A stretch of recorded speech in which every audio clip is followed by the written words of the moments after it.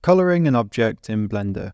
Select your object and come over to the right-hand menu. You're looking for something called Material Properties, which you can find by looking for the red checkered sphere icon. When you click on that, you'll see a menu here. And currently, in this menu, there's a shader called Material.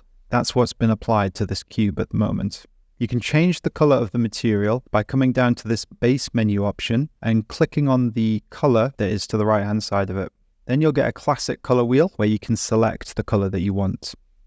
You'll notice that despite having changed the color to blue, the cube has remained gray. That's because of the viewport display mode that we're in. If you remember from the first tutorial, we looked at X-ray mode, wireframe mode, and solid mode. Now it's time to look at the next one along the material preview mode. When you click on this item here, the material that you've chosen in here, the color blue, is now displayed on the cube. There are many other options down here to customize the way this material looks, but we'll cover those in a later tutorial.